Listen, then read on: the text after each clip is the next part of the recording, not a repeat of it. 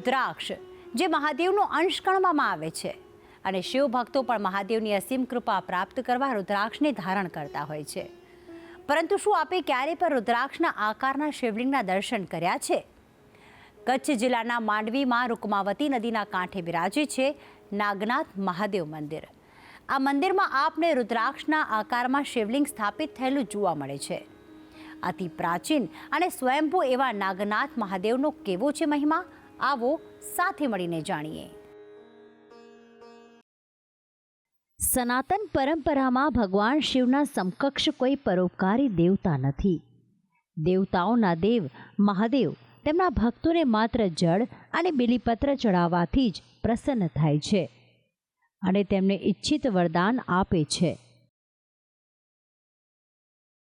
અને આ જ કારણ છે કે સમગ્ર શ્રાવણ મહિનામાં ભોલેના ભક્તો અલગ અલગ રૂપમાં તેમની પૂજા કરે છે.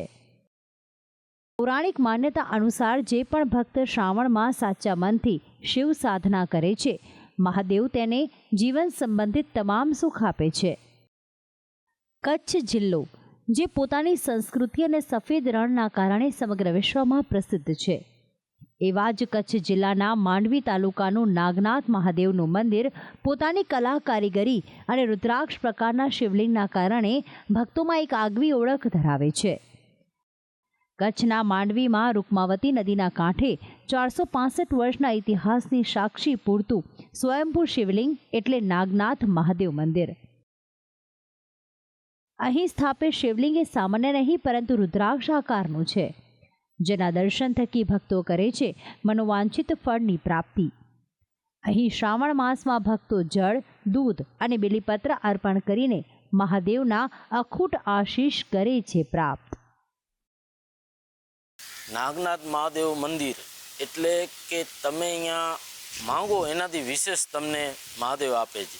અને મહાદેવ પાસે એટલા બધા પરચા છે કે જેની આપણે કલ્પના ન કરી શકીએ.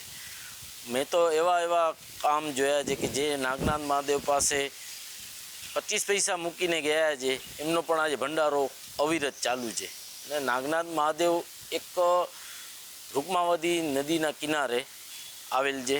અને જૂના માણસો જ્યારે નદીમાં પાણી આવે, વરસાદના નીર આવે, નાહી સ્નાન કરી ને અહીંયા પવિત્ર જળ ચડાવી ને એમની આસ્થાનું પાલન કરે. મને જ્યારેથી સમજણ આવી છે ત્યારથી હું નિયમિત નાગનાથ ભગવાનના દર્શન કરવા આવું છું. મારું કુટુંબ પણ નાગનાથના દર્શન કરીને પોતાના દિવસની શરૂઆત કરે છે. એવા તો અનેક કુટુંબો છે જે નાગનાથના દર્શન કરી, જળાભિષેક કરીને પોતાના દિવસની શરૂઆત કરે છે. ને સંત શિરોમણી ડોંગરેજી મહારાજ પણ જ્યારે માંડવીની મુલાકાતે આવતા, કથા માટે આવતા, ત્યારે નાગનાથ મહાદેવના મંદિરના દર્શન કરવા અચૂક આવતા. ગિરિબાપુ પણ આવી ગયા છે અને એક સેલિબ્રિટી પણ આવી ગઈ છે. આ મંદિર 400 વર્ષ પુરાણું છે ને આ લિંગ સ્વયંભૂ લિંગ છે ને લિંગનો આકાર પણ શિવને પ્રિય એવા રુદ્રાક્ષ જેવો છે.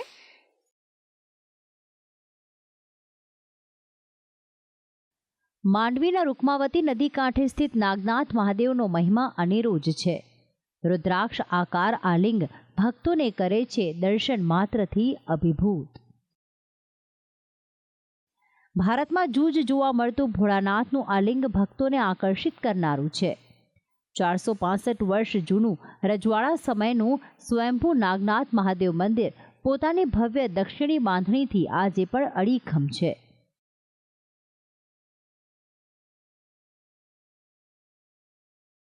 લોકવાયકા મુજબ આ શિવલિંગ સ્વયંભૂ પ્રગટ થયું હતું.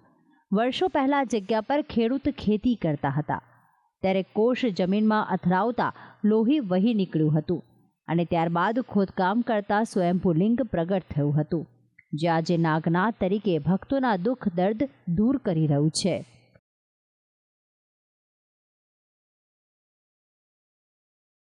માત્ર ગુજરાત જ નહીં, દેશ વિદેશના ભક્તો આ મંદિર પર શ્રદ્ધા રાખી રહ્યા છે.